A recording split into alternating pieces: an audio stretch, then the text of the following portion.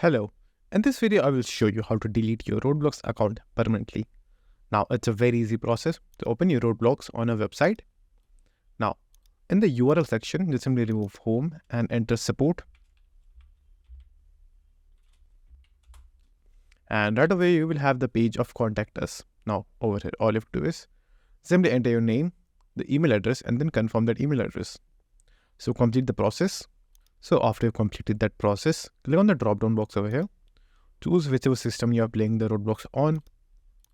Now, click on the help category over here and just simply choose data privacy request. Now over here, in the second column, click on this and you can choose any one of these. So just simply choose right to be forgotten or right of access. So just simply choose any one of them. It doesn't really matter that much. Now after that, all you have to do is just simply write, please delete my Roblox account and data. Just simply write this and then click on submit. And then you will receive a confirmation email on the very email that you have submitted right over here. And there it will tell you the issue have been resolved. And then you can just simply check it by just simply logging back into your Roblox account.